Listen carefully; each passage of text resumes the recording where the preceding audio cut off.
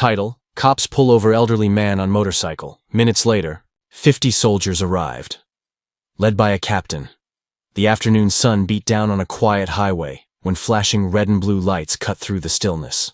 An elderly man, his back slightly hunched but proud, rode his worn motorcycle with the American flag stitched onto his jacket. He thought it was just another day on the road, until 2 police cruisers boxed him in. What started as a simple stop escalated into something darker, something rooted in prejudice. But within minutes, the hum of powerful engines thundered in the distance. And what followed would shock the officers, the town, and everyone watching. Franklin Harris was 78 years old.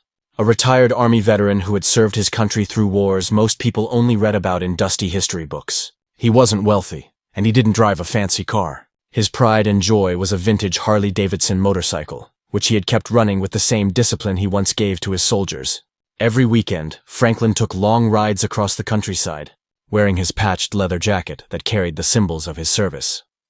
To neighbors, Franklin was a humble old man with soft eyes and weathered hands. But to the wrong kind of people, he was an easy target. His dark skin and military pride didn't sit well with everyone in town, especially certain members of law enforcement who carried biases under their uniforms.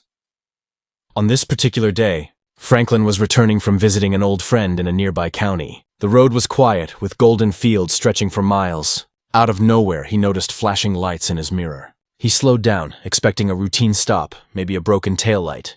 But instead of one cruiser, 2 patrol cars swerved in front of him, cutting him off. The officers stepped out slowly, their hands resting on their belts as if approaching a criminal. Franklin's heart sank. He had been through worse in life, but there was something about the coldness in their eyes that made him uneasy. The officers accused Franklin of reckless driving, though the empty road behind him told another story. They claimed his motorcycle matched the description of a stolen vehicle, but their voices carried a sneer that betrayed their true intent. They weren't after justice, they were after domination.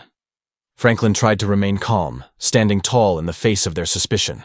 He explained his service, his history, his life on that motorcycle. But the officers cut him off, circling the bike like vultures. One officer touched the flag patch on Franklin's jacket and smirked. Another demanded papers he had already handed over. Cars began to slow, curious drivers watching the scene unfold. Franklin felt his dignity being stripped away under the weight of their harassment. But what the officers didn't realize was that Franklin was not alone in spirit. Word of his situation was already spreading. Just 30 minutes before, Franklin had stopped at a diner where he ran into a group of younger veterans. Among them was Captain Marcus Daniels, a decorated officer still serving in the Army. They had shared a quick meal, swapped stories, and exchanged numbers. When Franklin mentioned his weekend rides, Marcus had told him, "If you ever run into trouble, call. Soldiers look after their own." As Franklin stood on the side of the road, the officers threatening to impound his bike, his phone buzzed in his pocket. He had managed to send one short message before they forced him to put his hands on the hood of the car. Pulled over. Trouble. Miles away, Captain Daniels read the message. Without hesitation, he rallied his unit, men and women who had trained under him, who respected Franklin as one of their own, even without meeting him. They mounted their convoy of military motorcycles and trucks, engines roaring like thunder across the highway. Meanwhile, the officers grew bolder. One shoved Franklin against the cruiser, ignoring his protests. Another reached for zip ties, preparing to humiliate him further. The old man clenched his jaw, not out of fear, but out of the same discipline that had kept him alive through battles overseas. Then, faint at first but unmistakable, the rumble of approaching engines filled the air.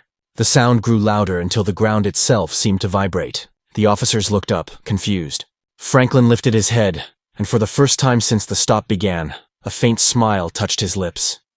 50 soldiers, riding in perfect formation, stormed into view.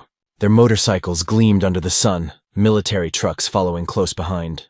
At the front was Captain Marcus Daniels, his presence commanding and unshakable. They pulled up along the shoulder of the highway, surrounding the scene like a protective wall of steel and loyalty. The officers froze. Their confident smirks disappeared as soldiers dismounted, boots hitting the ground in unison. They weren't armed for battle, but their very presence radiated authority. Civilians who had stopped to watch now took out their phones, recording every second. Marcus walked forward, his eyes locked on the officers. Behind him, his soldiers stood tall, their postures disciplined, their faces unyielding. Franklin, still pressed against the cruiser, straightened as Marcus approached. The officers stammered, their excuses fumbling out of their mouths. They claimed it was procedure, a misunderstanding, but no one was fooled. The imbalance of power had shifted entirely. For the first time, the officers were the ones under scrutiny. Franklin was gently helped away from the car, his dignity restored by the very men and women who understood sacrifice and honor. He didn't need to say much. The sight alone spoke volumes. What had started as an act of racial profiling turned into a public reckoning. With dozens of witnesses, cameras recording, and 50 soldiers standing firm, the officers had nowhere to hide. The injustice they tried to bury was laid bare under the sun. News of the incident spread rapidly. The footage of Franklin's harassment and the soldiers' arrival circulated across social media and local news stations. People saw not just the cruelty of unchecked authority, but also the power of solidarity when good people stand together. The police department was forced to respond. The officers were placed under investigation, their careers hanging in the balance. Community leaders called for reform, demanding accountability. And at the center of it all was Franklin Harris, the elderly veteran who had once been made to feel small, but now stood as a symbol of resilience.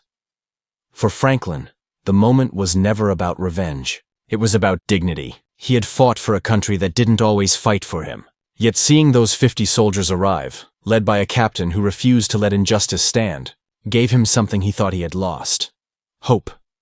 In the days that followed, Franklin's story inspired countless veterans and civilians alike. It was a reminder that silence allows prejudice to grow, but unity can dismantle it in an instant. As Franklin polished his old motorcycle the next weekend, he thought back to the officers' faces when the soldiers arrived. Not with anger, but with clarity. He knew this was bigger than him, because the question remained: if one elderly man could face such injustice in plain daylight, how many others suffered quietly, unseen? And perhaps the more important question, how many more would it take before we all chose to stand up, together, against it?